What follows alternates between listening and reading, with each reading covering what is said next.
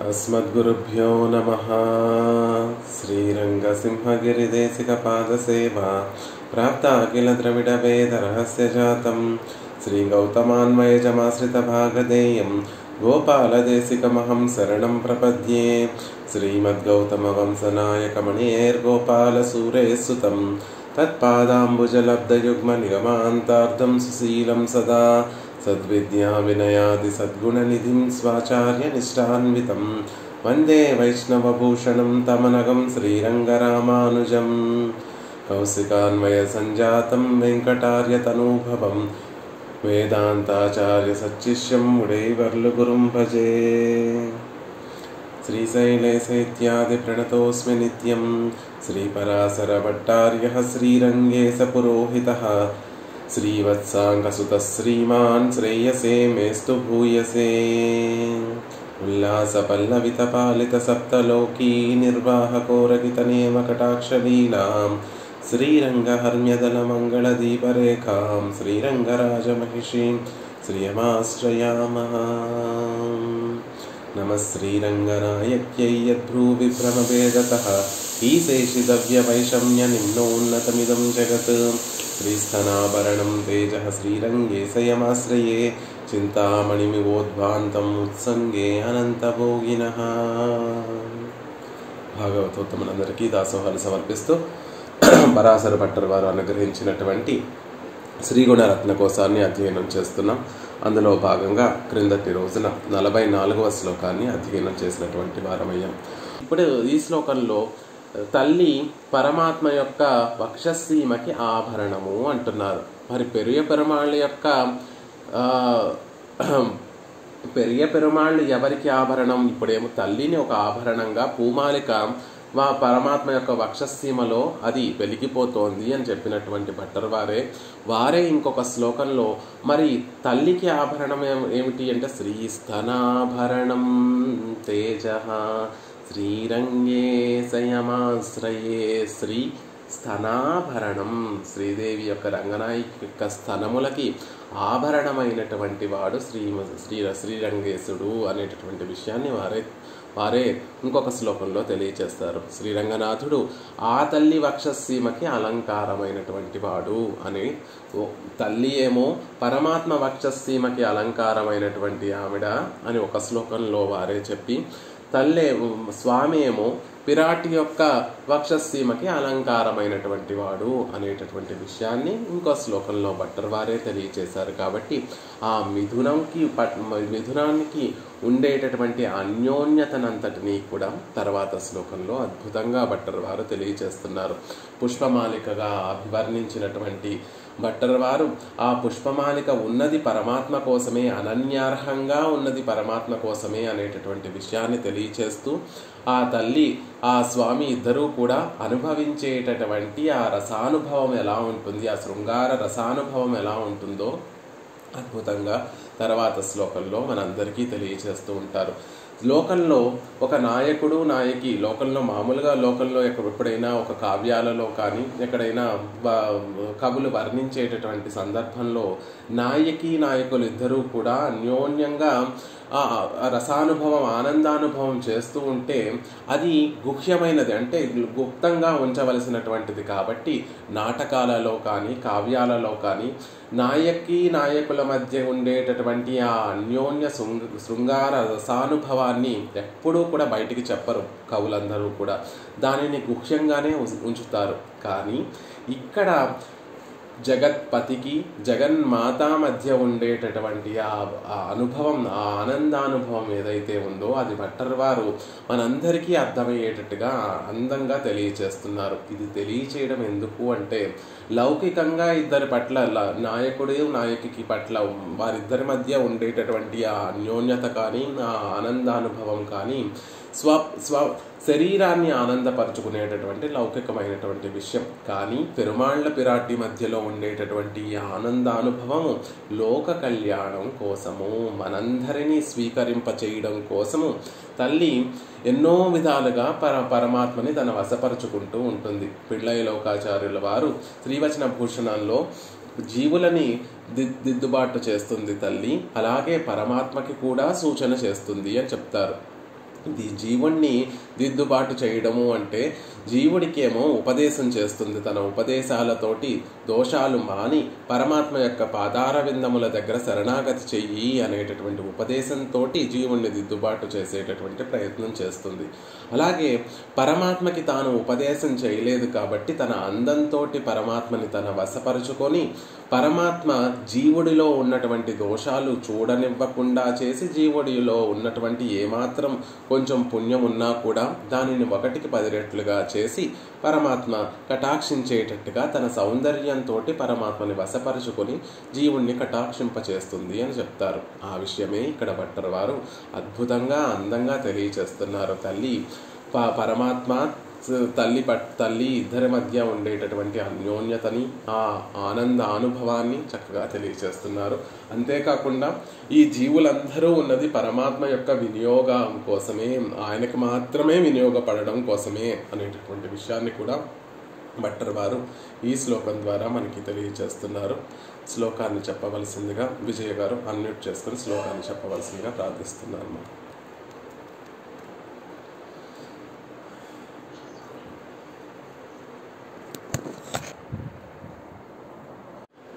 మర్మస్పృశో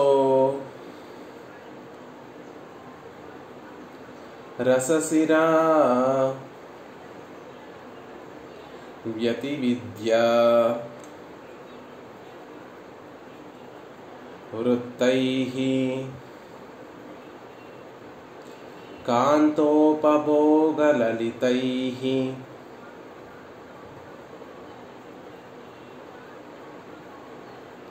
లులితాంగయష్టిః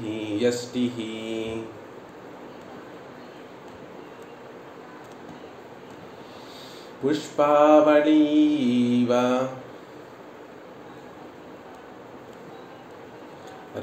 రసిక భ్రమరా ఉపభుక్తా త్వం దేవీ నిత్యం అభినందయసే ముకుందం.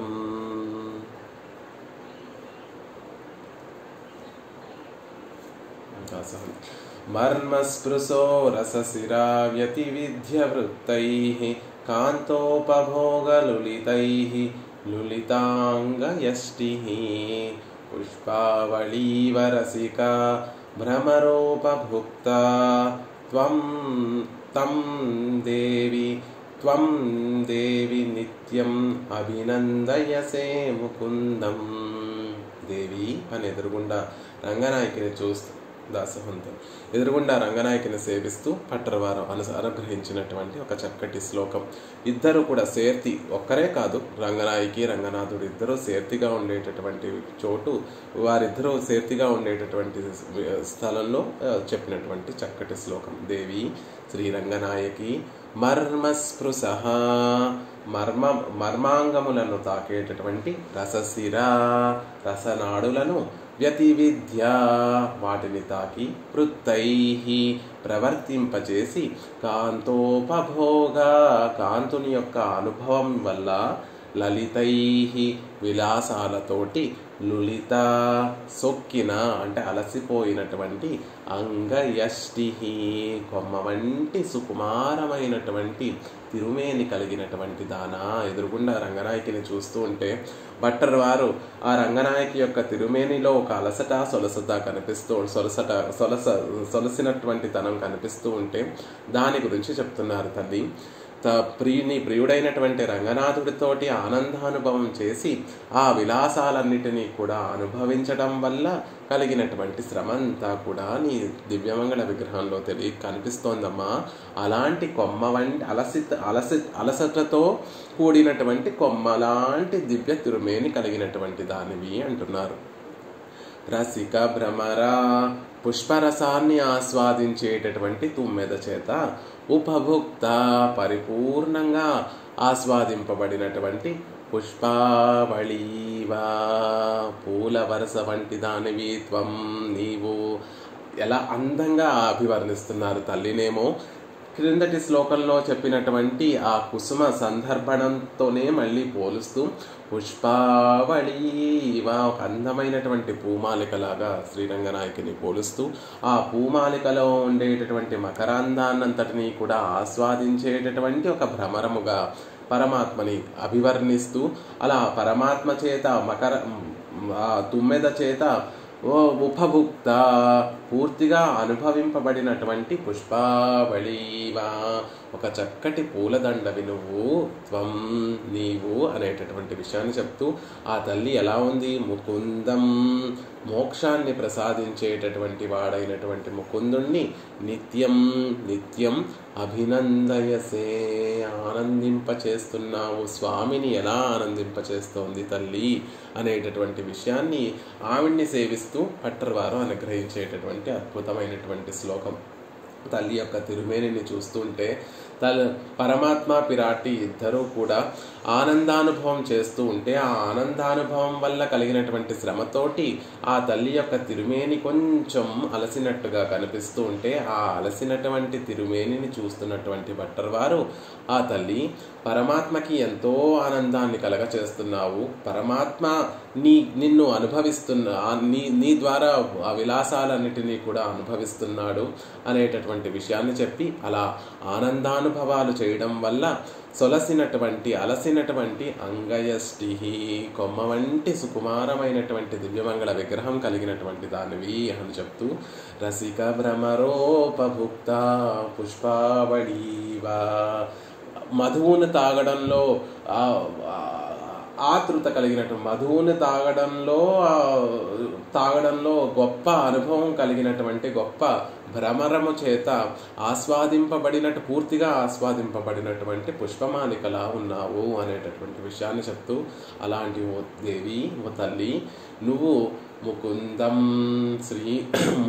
ముకుందుణ్ణి నిత్యము అభినందయసే ఆనందింపచేస్తున్నావు అని భట్టర్వారు ఆ విషయాన్ని అంతటినీ కూడా తెలియజేస్తున్నారు. మనం చెప్పుకున్నట్టుగా లోకంలో నాయకుడికి మధ్యలో ఉన్నటువంటి ఆ ఆనందానుభవం చెప్పకుండా గుహ్యంగా అందరూ పైకి చెప్పకుండా గుహ్యంగా వచ్చినప్పటికీ కూడా పెరుమాళ్ల పిరాటి విషయంలో జగత్పతి జగత్మాత అయినటువంటి వారిద్దరి విషయంలో చెప్పబడేటటువంటి ఆనందానుభవం అంతా కూడా మనందరి కోసం నిత్యము ముకుందుణ్ణి ఆనందింపచేస్తున్నావు అనేటటువంటి విషయాన్ని భట్టర్వారు చెప్తున్నారు. అంటే దానికి కారణం తల్లి నువ్వే పక్కన ఉండకపోతే, నువ్వు పక్కన ఉండి స్వామిని నీ అందంతో మైమరపించి మా పాపాలన్నిటినీ కూడా చూడనివ్వకుండా చేయకపోతే ఆయనకి ముకుందుడు అనేటటువంటి పేరు వచ్చి ఉండేదా అనేటటువంటి ఆ స్వారస్యమంతా కూడా హరి నిత్యం అభినందయసే హరిం అనొచ్చు, అభినందనయసే పద్మనాభం అనొచ్చు, అభినందనయసే ఇంకొక పేరేదో చెప్పకుండా ఇక్కడ భట్టర్వారు ముకుందం అనేటటువంటి విషయాన్ని ఎందుకు చెప్తున్నారు అంటే మోక్షాన్ని ప్రసాదించేటటువంటి వాడు ముకుందుడు కాబట్టి జీవులందరూ కూడా మోక్షాన్ని పొందుతున్నారు, పరమపదం పొందుతున్నారు. అంటే స్వామిని నీ అందంతో వశపరుచుకొని మాలో ఉన్నటువంటి పాపాలు చూడనివ్వకుండా ఏ కొంచెమో ఉన్నటువంటి ఆ పుణ్యాలనే గొప్పగా చేసి చూపించి పురుషకారం చేసి మమ్మల్ని అందరినీ కూడా నువ్వు రక్షింపచేస్తున్నావు అనేటటువంటి విషయాన్ని భట్టర్వారు తెలియజేస్తున్నారు. కాబట్టి తల్లి పరమాత్మ పిరాటి ఇద్దరూ అనుభవించేటటువంటి ఆ ఆనందానుభవం జీవుల్ని స్వీకరించడం కోసమే. కాబట్టి మనందరినీ కూడా ఉజ్జీవింపజేయడం కోసం చేసేటటువంటి ఒక పరిచర్య.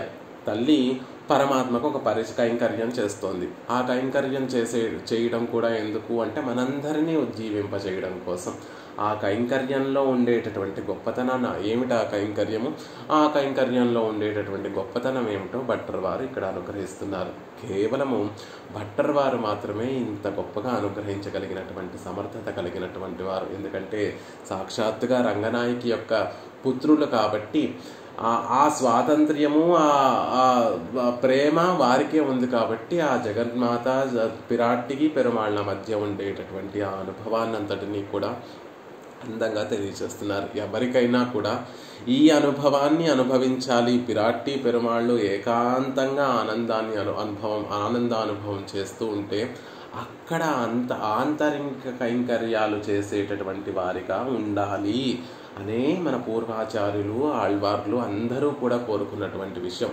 స్వామి, నువ్వు నన్ను నీ ఆంతరింగిక కైంకర్యపరుడుగా స్వీకరించు, వట్టి కైంకర్యపరుడుగా కాదు, ఎక్కడో దూరంగా ఉండి నీకు కైంకర్యం చేసేటటువంటి వాడిగా కాదు. నువ్వు పిరాట్టి ఏకాంతంగా ఆనందానుభవం చేస్తూ ఉంటే అక్కడ ఏ దీపపు సెమ్మగానో ఏ పతగ్రహ పాత్రగానో ఏదో ఒక విధంగా అక్కడ నేను పడి ఉండి నీకు మీ ఇద్దరికీ కైంకర్యం చేసేటట్టుగా నన్ను అనుగ్రహించు అని చెప్తూ ఉంటారు. ఇలాంటి కైంకర్యమే మన పూర్వాచార్యులు ఆళ్వార్లు అందరూ కోరుకున్నారు. కాబట్టి అలాంటి కైంకర్యాన్ని పొందేటటువంటి జీవుడికి ఆ ఫలితం ఎలా లభిస్తోంది అంటే లక్ష్మీదేవి పురుషకారం వల్ల, ఆవిడ పురుషకారం అంటే జీవులనేమో వాక్కులతోటి మంచి మాటలు చెప్పి జీవుణ్ణి తీర్చిదిద్దుతుంది, పరమాత్మనేమో తన సౌందర్యంతో ఈడుపడేటట్టుగా చేసి తాను చెప్పినటువంటి జీవులని రక్షింపచేస్తుంది అనేటటువంటి సూత్రాన్ని అందంగా భట్టర్ వారు ఈ శ్లోకంలో మనకి తెలియచేస్తున్నారు. అలా పెరుమాళ్ళు పిరాట్టి అనుభవించేటటువంటి ఆనందానుభవం అంతటినీ కూడా ఈ శ్లోకంలో తెలియచేస్తుంది. ఇదేమి కొత్తగా భట్టర్ వారు మాత్రమే చెప్పినటువంటి మాట కాదు, ఆళ్వార్లు కూడా ఎన్నో విధాలుగా చెప్పారు. అల్లి మలర్ పోగా మయక్కు కళాగియం నిర్కుం అమ్మాన్. అల్లి మలర్ పద్మవాసిని అయినటువంటి ఆ అలర్మేల్ మంగతాయారును పోగం అయక్కు సంశ్లేషం వల్ల, ఆ తల్లితోటి సంశ్లేషం వల్ల కలిగే ఆనందాన్ని కళాగియం నిర్కుం అమ్మ అనే ఆనందాన్ని పొందినటువంటి స్వామి అనే నమ్మాళ్వార్లు కూడా వారి తిరువాయుముజులో అనుగ్రహించారు. కాబట్టి తల్లితోటి సంశ్లేషించి ఆనందాన్ని పొందేటటువంటి స్వామి అనేటటువంటి విషయాన్ని కూడా చెప్పారు. అంతేకాకుండా భట్టర్ వారే తర్వాత వచ్చేటటువంటి శ్లోకాలలో పితేవత్వత్ప్రేయాన్ అనేటటువంటి శ్లోకంలో ఉచితై ఉపాయై విస్మార్య స్వజనయసి, తల్లి మా అందరికీ తల్లివైనటువంటి నువ్వు ఉచితమైనటువంటి ఉపాయాలతోటి స్వామి యొక్క కోపాన్ని మరిపింపచేసి మమ్మల్ని అందరినీ కూడా రక్షిస్తున్నావు అనేటటువంటి విషయాన్ని చెప్తారు. అంటే తల్లి మనని కాపాడడం కోసం ఏవేవి సాధనములు చేయాలో అన్నిటినీ కూడా తాను చేస్తుంది. ఉచితై ఉపాయ, తగినటువంటి ఉపాయాలతో. ఒక్కొక్కసారి తన కన్నులలో ఉన్నటువంటి సౌందర్యంతో స్వామి తన పట్ల ఈడుపడేటట్టుగా చేస్తుంది. ఒక్కొక్కసారి తన కురులలో ఉండేటటువంటి సౌందర్యంతో స్వామి తన పట్ల ఈడుపడేటట్టుగా చేస్తుంది. ఒక్కొక్కసారి తన స్తనముల పట్ల ఆకర్షితుడయ్యేటట్టుగా చేసి మన తప్పులన్నిటినీ కూడా చూడనివ్వకుండా చేస్తుంది. అలా ఉచితై ఉపాయై విస్మార్య స్వజనయసి, మనని రక్షింపచేయడం కోసం తల్లి స్వామిని ఆనందపరుస్తూ ఆయన తన వసుణ్ణి చేసుకొని తన దోషాలు చూడనివ్వకుండా చేస్తుంది అనేటటువంటి విషయాన్ని ఇక్కడ అలా పరమాత్మకి కైంకర్యాలు చేసి ఆయనని తన వసుణ్ణి చేసుకొని మనని కటాక్షింపచేస్తుంది అనేటటువంటి విషయాన్ని చెప్తూ అందులో ఒక కైంకర్యాన్ని, ఒక పరిచర్యని ఈ శ్లోకంలో చెప్తున్నారు. హే దేవి త్వం ముకుందం నిత్యం అభినందయసే, ఓ రంగనాయకి నీవు నిరంతరము కూడా భగవానుని ముకుందుణ్ణి నిత్యం అభినందయసే, నిత్యము ఆనందింపచేస్తున్నావు అనేటటువంటి విషయాన్ని చెప్తున్నారు. ఎలా ఆనందింపచేస్తోంది అనేటటువంటి విషయాన్ని పై 3 పాదాలలో చెప్తున్నారు. ముముక్షపడిలో ద్వయమంత్ర ప్రకరణలో ఈశ్వర స్వాతంత్ర్యత్తయ్యం చేతనుడయ అపరాధత్తయ్యం కండు అగలమాటాల్. చేతనుడు ఇన్ని తప్పులు చేశాడే, ఇతనిని దండించి తీరవలసిందే అని పరమాత్మ అనుకొని వెనక్కి వెళ్ళిపోదు. ఆయన జీవుణ్ణి దూరంగా నెట్టేస్తాడు. కానీ తల్లి చేతనుడయ అపరాధత్తయ్యం కండు అగలమాటాల్, చేతనుడు చేసినటువంటి అపరాధాలను చూసి వెనుగంజ వేయనటువంటి ఆవిడ, అయ్యో అన్ని అపరాధాలు చేసి ఈ రోజు నా ముందొచ్చి నిలబడ్డాడు, ఇతన్ని దూరంగా నెట్టేయాలి అని పరమాత్మ అయినా అనుకుంటాడేమో కానీ పిరాట్టి అలా అనుకోదు అని భట్టర్ వారు చెప్తున్నారు. అలాగే ఈశ్వర స్వాతంత్రయత్తయ్యం కండు అగలమాట్టాల్, జీవుడు స్వతంత్రుడైనటువంటి ఆ స్వామి దగ్గరికి నేను ఎలా వెళ్ళను? ఇన్ని పాపాలు చేసినటువంటి నేను, అపరాధ శాస్త్రబాజుడైనటువంటి నేను ఆ స్వామి దగ్గరికి ఎలా వెళ్ళను అని మనం స్వామి దగ్గరికి, ఆయన స్వాతంత్ర్యాన్ని చూసి మనం వెనకడుగు వేస్తూ ఉంటాం. కానీ తల్లి ఆయన స్వాతంత్ర్యాన్ని చూసి కూడా వెనకడుగు వేయకుండా, ఈ జీవుణ్ణి దూరంగా నెట్టివేయకుండా, స్వామిని చూసి ఆవిడ వెనక్కి వెళ్ళిపోకుండా ఈ జీవుణ్ణి పట్టుకొని ఇంకొక చేత్తో స్వామిని పట్టుకొని ఇద్దరినీ కూడా కలిపేటటువంటి ఆవిడ అని పురుషకార స్వరూపిణి అనేటటువంటి విషయాన్ని చెప్తున్నారు. ఆ పురుషకారం కూడా జీవుణ్ణి ఉపదేశాలతోనూ పరమాత్మని తన అందంతోనూ వశపరుచుకొని ఇద్దరిని కలుపుతుంది అంటున్నారు. అందుకే ఇక్కడ నిత్యం నిత్యం అభినందయసే, నిత్యం అనేటటువంటి ఒక మాటను వేశారు భట్టర్ వారు. ఎప్పుడూ కూడా పరమాత్మని విడిచిపెట్టకుండా, క్షణకాలం కూడా విశ్లేషించకుండా వెంట ఉంటుంది. లేకపోతే జీవుడేమో ఆయన స్వతంత్రాన్ని చూసి వెనక్కి వెళ్ళిపోతాడు. పరమాత్మ దగ్గరికి ఎంతో కష్టపడి తన దగ్గరికి వచ్చినటువంటి జీవుణ్ణి కూడా పరమాత్మ నిరంకుశ స్వతంత్రుడు కాబట్టి ఆ జీవుడు చేసినటువంటి తప్పుల్ని చూసి దూరంగా అయినా నెట్టవేసేటటువంటి ఒక ఉంది. కాబట్టి నిత్యం విశ్లేషించకుండా పరమాత్మతోనే ఉండి ఆయనని ఆనందపరుస్తూ నిత్యము కూడా మనని రక్షింపచేస్తోంది అనేటటువంటి విషయాన్ని చెప్తున్నారు. అందుకే ఆ నిత్యం అభినందయసే, అందులో నిత్యం అనేటటువంటి మాట ద్వయమంత్రంలో శ్రీమన్ నారాయణ శ్రీ మత్ నారాయణ మతుప్ శబ్దాన్ని తెలియజేస్తుంది. నిత్యం అని ఇక్కడ ప్రయోగించినటువంటి భట్టర్ వారు ప్రయోగించినటువంటి ఆ నిత్యం అనేటటువంటి పదము ద్వయమంత్రంలో శ్రీమన్నారాయణ, శ్రీమన్ అనేటటువంటి శబ్దంలో మతుప్ శబ్దాన్ని అంటే నిత్య సంశ్లేషము, నిత్యము పెరుమాళ్లతో ఉండి ఆయనని ఆనందింపచేస్తుంది అంటున్నారు. కేవలం తానే పరమాత్మని అందంతో వశపరుచుకుంటుందా అంటే తన ప్రయత్నంతో చేస్తుందా? పరమాత్మకి ఏమీ కూడా అనురాగం ఉండదా? ఈవిడ వైపు నుండే అనురాగం ఉంటుందా? కాదు కాదు కాదు ఆయనకి కూడా ఈవిడంటే చాలా ఇష్టమండి. ఈవిడ పరమాత్మని తన అందంతో ఎంత ఆనందింప చేయాలనుకుంటుందో ఆయన కూడా ఈవిడ్ని అంతే ఆదరిస్తూ ఈవిడ్ని పొందాలి అని తహతహలాడిపోతూ ఉంటాడు. సువయ్యన్ తిరువిన్ మనవాళన్, రసికాగ్రుడైనటువంటి మనాళన్, శ్రీయప్పతి శ్రీదేవి పట్ల ఎంతో వ్యామోహం కలిగినటువంటి వాడు. సువయన్ తిరువిన్ మనాళన్ అని పరమాత్మ గురించి చెప్తూ ఉంటారు.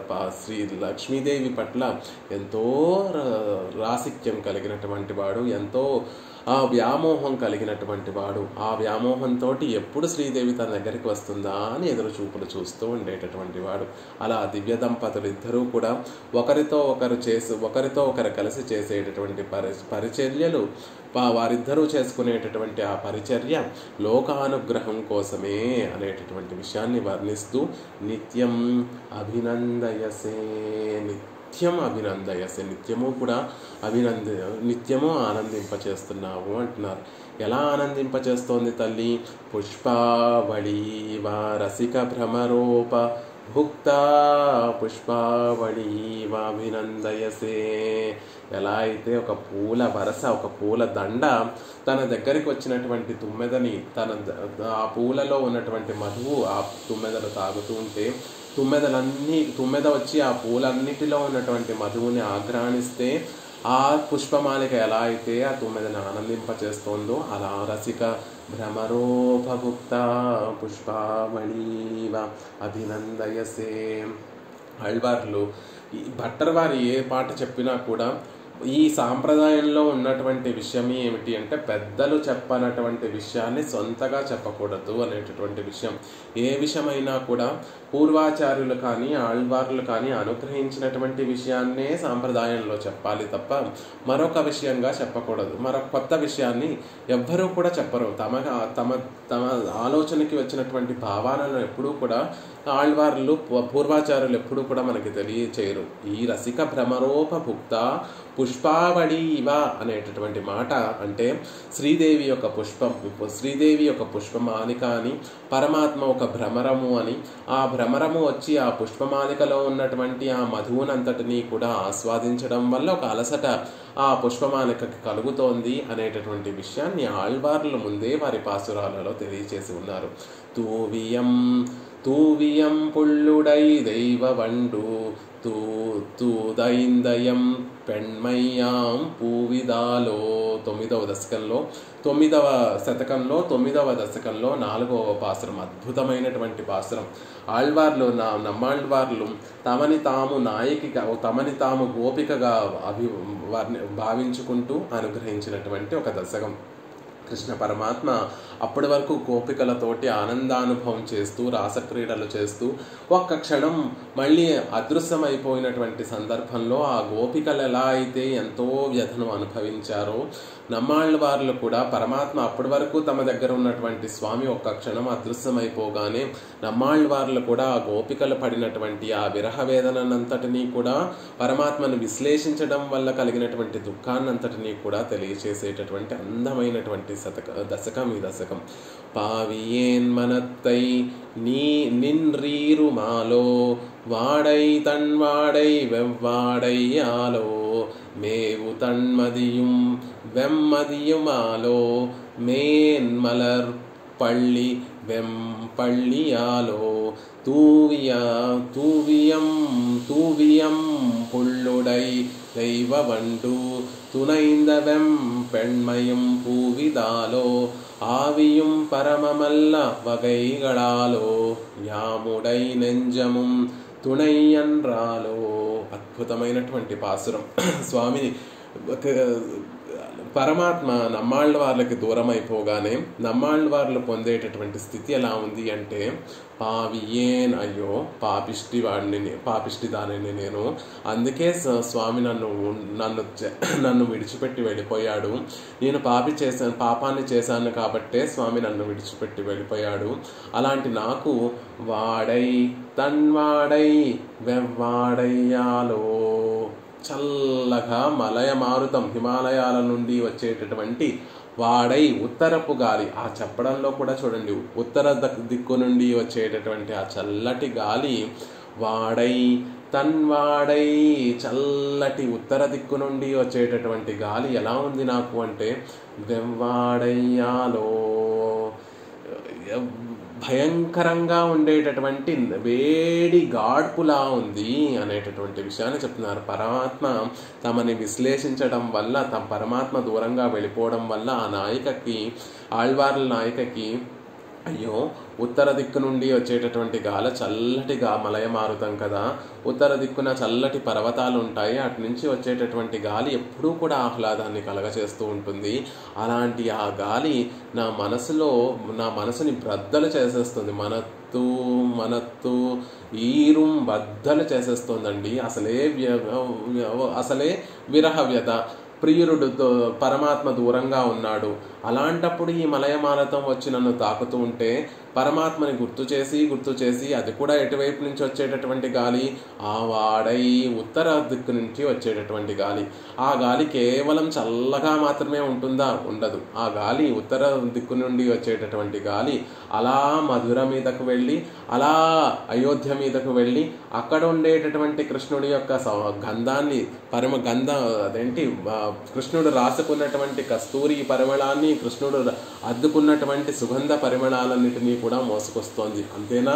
కాదు, కృష్ణుడు వాయించేటటువంటి ఆ వేణుగానాన్ని కూడా మోసుకొస్తోంది. ఈ చల్లటి ఉత్తరపు గాలి ఇవన్నీ కూడా వచ్చి నా చెవులో వేస్తుంది, ఆ మనసుకి తగులుతోంది, మనసుకి అందిస్తోంది.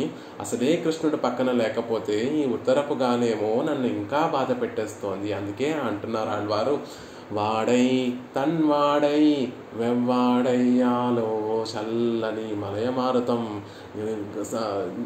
ఎండాకాలంలో ఉండేటటువంటి గాడ్పులా కనిపిస్తోంది మాకు అంటున్నారు. మేవు తన్మదియం వెమ్మదియుమాలో, శరత్కాలంలో పూర్ణిమ రోజు కృష్ణుడు అందరి గోపికలతోటి కూడా చక్కగా రాసక్రీడలాడి వారందరినీ ఆనందపరిచినటువంటి రోజు ఉండేటటువంటి పౌర్ణమిని చంద్రుణ్ణి చూస్తుంటే ఈ ఆళ్వార్ల నాయకకి తన్మదియుం వెమ్మదియుమాలో ఆ చల్లని చంద్రుడు కూడా భగభగభగ వండేటటువంటి సూర్యుడిలా కనిపిస్తున్నాడు. తీక్షణమైనటువంటి ఆ వెన్నెలనేటటువంటి ఆ సూదులు వచ్చి మమ్మల్ని గుచ్చేస్తున్నాయి అని చెప్తున్నారు ఆళ్వార్లు. మేన్మలర్ పళ్ళి వెంపళ్ళియాలో మెత్తటి పరుపు వేడిగా ఉండేటటువంటి పరుపు, గట్టి పరుపై కాఠిన్యం కలిగినటువంటి పరుపు అయిపోయిందండి. మెత్తగా ఆ స్వామి పక్కన ఉంటే అసలు దేని మీద హంసతూళికా పానుపులా ఉండేటటువంటి ఈ పరుపు స్వామి పక్కన లేకపోతే వెంపళ్ళియాలో వేడిగా ఉండేటటువంటి పరుపు అయిపోయింది, పక్క అయిపోయింది, గట్టిగా ఉండేటటువంటి పక్క అయిపోయింది అంటున్నారు. తూవియం పుళ్ళుడై దైవవండు తునైంద వెం పెண்மையும் పూవిదాలో. ఇక నేనెలా ఉన్నాను అంటే ఒక పుష్పంలా ఉన్నాను. ఎలాంటి పుష్పము? తూవి పుళ్ళుడై, గరుత్మంతుణ్ణి వాహనంగా కలిగినటువంటి ఒక స్వామి. ఆయన ఎవరు అంటే దైవవండు, ఒక తుమ్మెద. ఆ పరమాత్మ ఒక తుమ్మెదై నేను ఒక పుష్పాన్ని, నాలో ఉన్నటువంటి మకరందాన్ని, స్త్రీత్వం అనేటటువంటి మకరందాన్నంతటినీ కూడా గ్రోలేసినటువంటి పూవిదాలో ఒక పువ్వులా పడి ఉన్నాను ఇక్కడ అనేటటువంటి విషయాన్ని ఆళ్వార్లు ఆ పాసురంలో చెప్తారు. ఆవియున్ పరమల్ల వగైగళాలో యాముడై నెంజుం తుణై అన్రాలో. ఎప్పుడూ సహాయంగా ఉండేటటువంటి మనసు కూడా చూడండి, ఎప్పుడు భగవంతుణ్ణి తలుచుకుందామన్నా కూడా ఈ మనసు ఏం చేసేది? ఆ విషయం వైపు ఈ విషయం వైపు వెళ్ళి భగవంతుడి ధ్యాసే గుర్తు రానివ్వకుండా చేసేటటువంటి నెంజం. అలాంటి నెంజము మిగిలిన అన్ని సందర్భాలలో భగవంతుని యొక్క మాట కూడా గుర్తు రానివ్వకుండా చేసేటటువంటి ఈ మనస్సు ఇప్పుడేంటో విడ్డూరంగా కృష్ణుణ్ణే గుర్తు చేస్తూ నన్ను బాధ పెడుతోంది. అందుకే యాముడై నెంజము తుణై అన్రాలో, ఎప్పుడు సాయం ఎప్పుడు మిగిలిన విషయాల పట్ల వెళ్ళిపోయి నా మనసు ఆయనని మరిపించేటటువంటి ఆ మనసు కూడా ఇప్పుడు ఎందుకో కృష్ణుడు కృష్ణుడు కృష్ణుడు కృష్ణుడు అని కృష్ణుణ్ణే గుర్తు చేసుకుంటోంది. కాబట్టి మనసు కూడా నాకు సాయంగా లేకపోతుంది అని ఆళ్వార్లు అద్భుతంగా చెప్పినటువంటి పాసురం. అందులో చెప్తారు ఆళ్వార్లు, నేను ఒక పుష్పాన్ని, స్త్రీత్వం అనేటటువంటి పువ్వును నేను, దానిని మర్దించినటువంటి తుమ్మెద ఆ స్వామి, గరుత్మంతుణ్ణి వాహనంగా కలిగినటువంటి స్వామి అని పరమాత్మని ఒక భ్రమరమగాను, ఆళ్వార్లలో ఒక పుష్పంగాను అందులో అభివర్ణింపబడ్డారు. కాబట్టి రసిక భ్రమరోపభుక్త పుష్పావళీవాభినందయసే. అలా శ్రీరంగనాయకి ఒక పుష్పావళి, రత్నావళి, రత్నములు వరసలో పేరిస్తే ఒక రత్నావళి ఎలా అవుతుందో పుష్పమాలిక, శ్రీరంగనాయకి ఒక పుష్పమాలిక.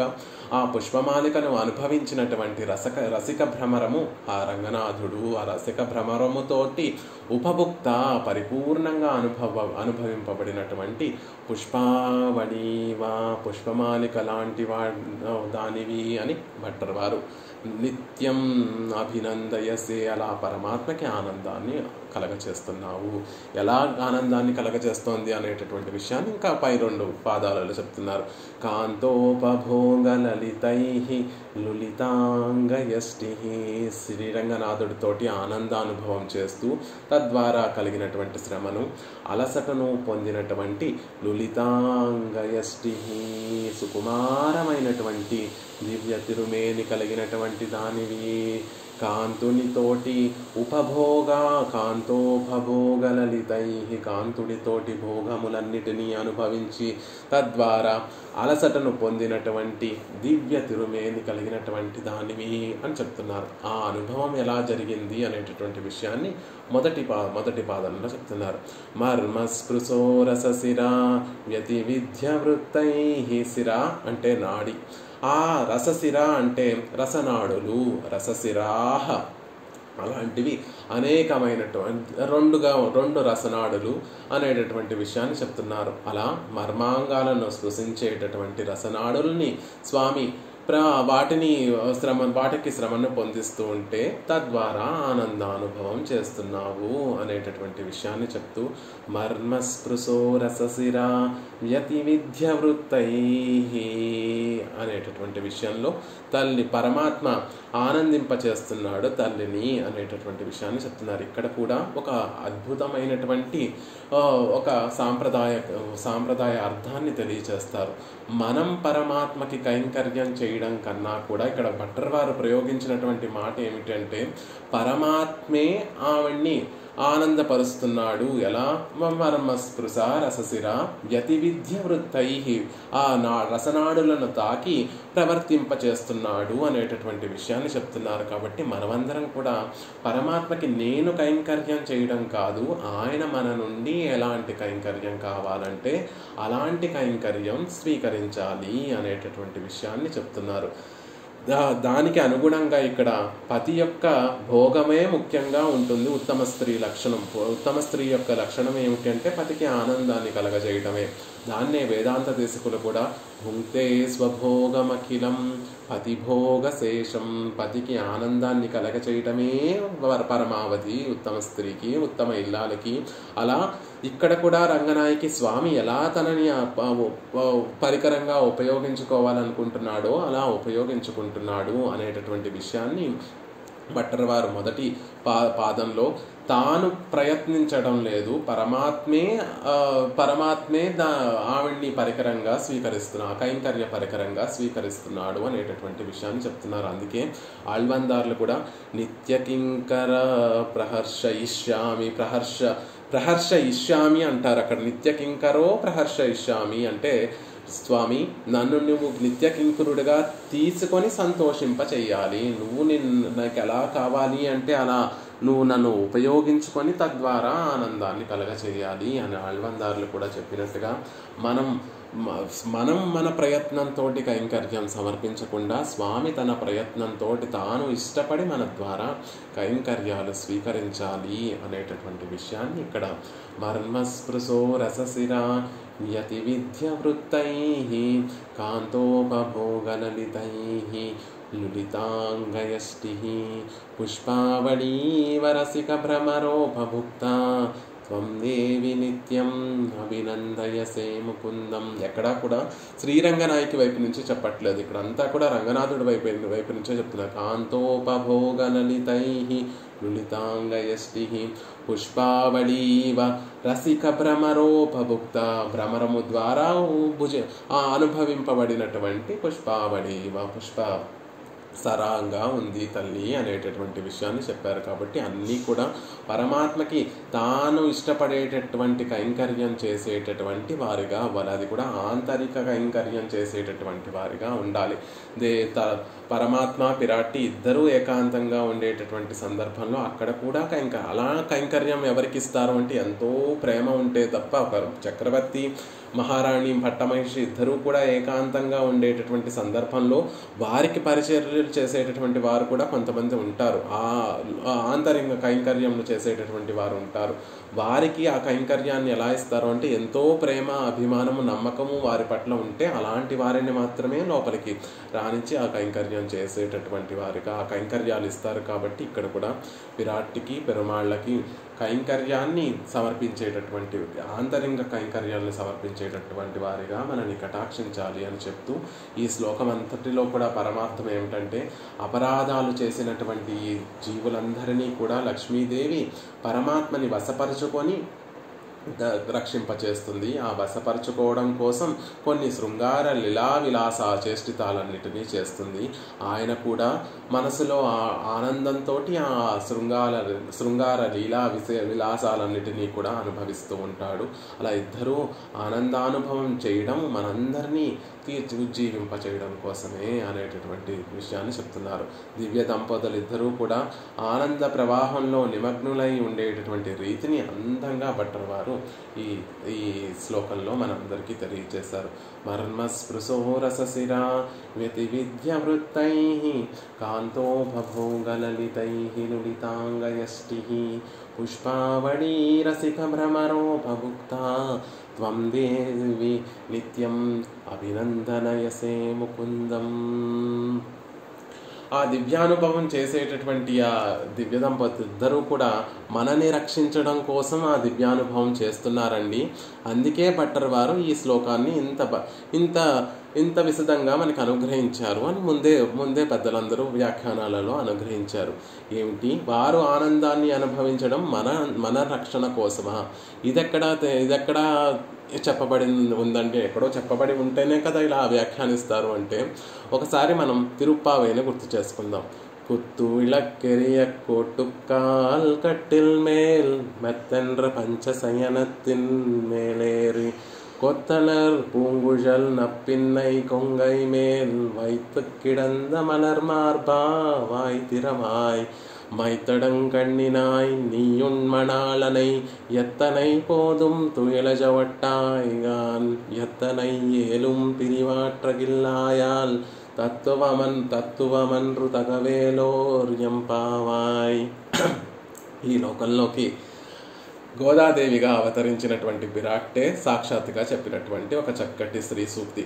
గుత్తు విளக்கெரிய, గుత్తులుగా దీపాలన్నిటినీ అలంకరించుకొని లోపల ఏకాంతంగా నప్పిన పిరాట్టి పరమాత్మ ఇద్దరే ఏకాంత అనుభవం చేస్తూ ఉంటే, కుత్తు విளக்கெரிய అందరికీ కనిపించేటట్టుగా దీపాలు పెట్టుకొని ఏకాంత అనుభవం చేస్తున్నారు అంటేనే అది మనందరి కోసం తల్లి నప్పిన పిరాట్టి కృష్ణుని తన అందంతో వశపరుచుకుంది. ఎందుకు అంటే, ఒక చేత్తో పై పాసురంలో చెప్తారు, దాని కొనసాగింపే ఈ పాసురంలో. పై పాసురంలో మాధవి పందల్ మేల్ పల్గాల్ కుయినంగల్ కూవినగాన్ పందార్ విరళి ఉన్మైతనన్ పేర్పాడా కందం కుమజం కుశలి కడై తెరవాయ్. ఒక చేత్తో ఏమో బంతిని పట్టుకొని ఉంది, ఒక చేత్తో ఏమో స్వామిని పట్టుకొని ఉంది అనేటటువంటి విషయాన్ని పైపాసురంలో చెప్తారు. అంటే పురుషకార స్వరూపిణి నప్పిన పిరాట్టి అక్కడ పురుషకార స్వరూపిణి కాబట్టి ఆవిడ పరమాత్మతో చేసేటటువంటి ఆ ఆనందానుభవం ఎవరి కోసం అంటే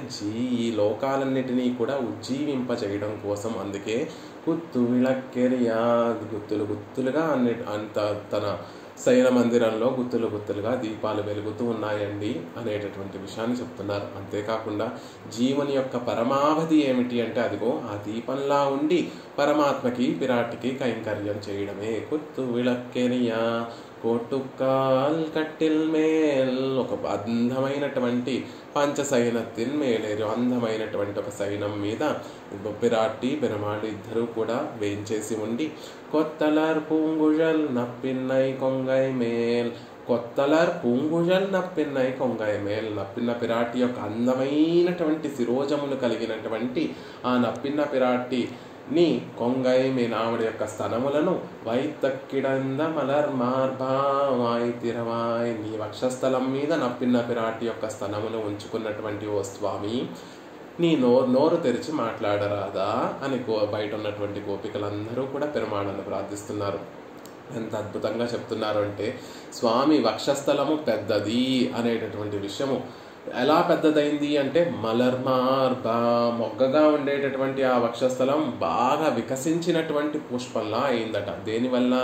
నప్పిన్నై కొంగై మేల్ వైతక్కిడంద, నప్పిన పిరాటి యొక్క స్తనములను తన వక్షస్థలం మీద ఉంచుకోగానే అది వక్షస్థలం బాగా వికసించింది అనేటటువంటి విషయాన్ని చెప్తున్నారు. శ్రీస్తనాభరణం తేజ, ఇది శ్రీరంగనాయకి యొక్క వైభవాన్ని, శ్రీరంగనాయకి యొక్క వక్షస్థలానికి ఆభరణమైనటువంటి వాడు అని చెప్పినప్పటికీ కూడా పరమాత్మకి కూడా ఆయన వక్షస్థలం ఎప్పుడు వికసించింది? ఆయనని పీనవక్ష విశాలాక్షో లక్ష్మీవాన్ శుభలక్షణ. నారద మహర్షి చెప్పేటప్పుడు రామచంద్రుడి యొక్క కళ్యాణ గుణములన్నీ చెప్పేటప్పుడు ఆయన ఎలాంటి వాడు అంటే, పీనవక్ష విశాలమైనటువంటి వక్షస్థలం కలిగినటువంటి వాడు, విశాలాక్షో విశాలమైనటువంటి నేత్రములు కలిగినటువంటి వాడు అని చెప్తారు. ఎలా వచ్చింది ఈ విశాలమైనటువంటి వక్షస్థలము, ఈ విశాలమైనటువంటి నేత్రములు ఎలా వచ్చాయి స్వామికి అంటే, రసోక్తిగా లక్ష్మీవాన్ శుభలక్షణ. రసోక్తిగా ఏమని చెప్తారు అంటే లక్ష్మీవాన్ కాబట్టి, లక్ష్మిని కలిగినటువంటి వాడు కాబట్టి ఆ లక్ష్మీదేవిని చూసి చూసి చూసి చూసి విశాలాక్షో, విశాలమైనటువంటి కన్నులు కలిగినటువంటి వాడయ్యాడు స్వామి. భట్టర్ వారు క్రిందటి శ్లోకంలో మనకు అనుగ్రహించినట్టుగా పరమాత్మ యొక్క దృభ్యామేవ హి పుండరీకనయనం వేదో విదామాసతే. ఆ తల్లిని చూసి చూసి చూసి నిత్యం త్వన్మధుపానమత్త మధుప శ్రీనిర్భరాభ్యాం పతిం దృభ్యామేవ హి పుండరీకనయనం వేదో విదామాసతే. లక్ష్మీవాన్ కాబట్టి విశాలాక్షుడయ్యాడు అని రసోక్తిగా చెప్తారు. మరి పీనవక్షుడు ఎలా అయ్యాడు? పెద్ద విశాలమైనటువంటి వక్షసీమ కలిగినటువంటి వాడు ఎలా అయ్యాడు అంటే కొత్తలర్ పూంగుజల్ నప్పిన్నై కొంగై మేల్ వైతక్కిడంద మలర్మార్బా. బాగా వికసించినటువంటి వక్షస్థలం కలిగినటువంటి వాడు. అంటే అంత ఆనందం స్వామికి. నప్పిన్న పిరాటిని తన దగ్గరికి తన కౌగిట్లో బిగించుకోవడం అంటే స్వామికి చాలా ఇష్టం. ఆనందము కలిగినప్పుడు అవయవాలలో ఆ వికాసం ఉంటుంది. ఆనందం కలిగినప్పుడు కన్నులు పెద్దగా అవుతాయి. చిరునవ్వు, పెద్ద చిరునవ్వు, మందస్మితంగా ఉండేటటువంటి చిరునవ్వు ఆనందం ఎక్కువైపోతే అది పెద్ద నవ్వుగా ఎలా అయితే మారిపోతుందో ఇక్కడ కూడా నప్పిన పిరాటిని తన దగ్గరికి చేర్చుకోవడంలో ఉండేటటువంటి ఆనందం అంతా కూడా వక్షస్థలంలోనే కనిపిస్తోందండి. మలర్మార్భా, బాగా వికసించినటువంటి వక్షస్థలం కలిగినటువంటి వాడు. వాయ్ తిరువాయ్, నోరు తెరువు స్వామి అని ఎప్పుడైతే ప్రార్థించారో పాపం నోరు తెరుద్దామని కృష్ణుడు ఏదో మాట్లాడదామని సిద్ధపడిపోతూ ఉంటే వెంటనే నప్పిన పిరాటి వెనక్కి లాగేసిందట. మైతడం కಣ್ணிనాయ్ నీయున్మనాలనై ఎత్తనై పోదుం తుయిలజవట్టాయిగాన్. వెంటనే బయట ఉన్నటువంటి గోపికలందరికీ కూడా కొంచెం మనసు చివుక్కుమందట. లోపల ఏం జరుగుతుందో వీళ్ళకి తెలుస్తోంది. ఎందుకు? కొత్తు విళక్కెరియా, చుట్టూత దీపాలు ఉన్నాయి కాబట్టి లోపల ఏమవుతుందో తెలుస్తుంది. పాపం స్వామి మాట్లాడదాం అనుకుంటున్నాడు, నా స్వామి నోరు మూసేస్తోంది. నప్పిన పిరాటి, ఏమిటమ్మా నువ్వు ఒక్కదానివే స్వామిని అనుభవిస్తావా? ఆనందానుభవం అంతా కూడా నువ్వు ఒక్కదానివే చేస్తావా? మైతడం కಣ್ணிనాయ్, ఆ ఆనందాన్ని అంతటినీ కూడా కన్నులలో కనిపిస్తోంది అని ఒక అర్థము. కాటుక పెట్టుకున్నటువంటి కన్నుల కలిగిందన దయే స్వరూపంగా కలిగినటువంటి నువ్వు పెరుమాళ్ళని ఇలా అడ్డుపడటం తగినటువంటిది కాదు. నీయున్మనాళనై ఎత్తనై పోదుం తుయిలజవట్టాయిగా. ఒక్క క్షణం కూడా నీ భర్తను విడిచిపెట్టి ఉండలేనటువంటి దాన్ని విడిచిపెట్టి ఉండలేకపోతున్నావా అని అంటున్నారు గోపికలందరూ కూడా. నిత్యం అభినందనయసే ముకుందం, నిత్యము కూడా ఆ స్వామిని ఆనందింపచేస్తూ ఆయనను విడిచిపెట్టకుండా ఉండేటటువంటి ఆవిడ. ఎత్తనై పోదుం తుయిలజవట్టాయిగాన్ ఎత్తనై ఏలుం పిరివార్తగిల్లాయాల్ తత్తువమన్రు తగవేలోరుంబ. ఇది నీ స్వరూపానికి తగినటువంటిది కాదు. ఆవిడ ఉద్దేశం ఏమిటి? నేను ముందుగా వెళ్ళి వారందరినీ కూడా ముందు నన్ను పిలిచారు. బంధు తిరవాయ్ మగిజిందేలో రుంబావాయ్ అని క్రిందటి పాసురంలో నన్ను పిలిచారు. నేను వెళ్ళి వారందరినీ కూడా కటాక్షించాలి, వారి గోష్ఠిలో చేరిపోయి మళ్ళీ స్వామిని ప్రార్థించాలి అనేటటువంటి ఉద్దేశంతో నప్పిన పిరాటి ఏమో స్వామి నోరు తెరవనివ్వకుండా ఉంటే బయట ఉన్నటువంటి వారు ఆ విషయం ఎందుకు అర్థం చేసుకోలేకపోతున్నారు అంటే మిక్కుటమైనటువంటి ఆర్తి కలిగినటువంటి వారు ఇప్పటి వరకు ఎంతో ప్రయాసపడ్డారు. అందరినీ లేపారు. 15 మంది గోపికలకు ఉపలక్షణ, అక్కడ 5 లక్షల మంది గోపికలకు ఉపలక్షణంగా 15 మంది గోపికలని లేపారు. కొన్ని వెంటనే స్వామి దర్శనం దక్కిందా? లేదు.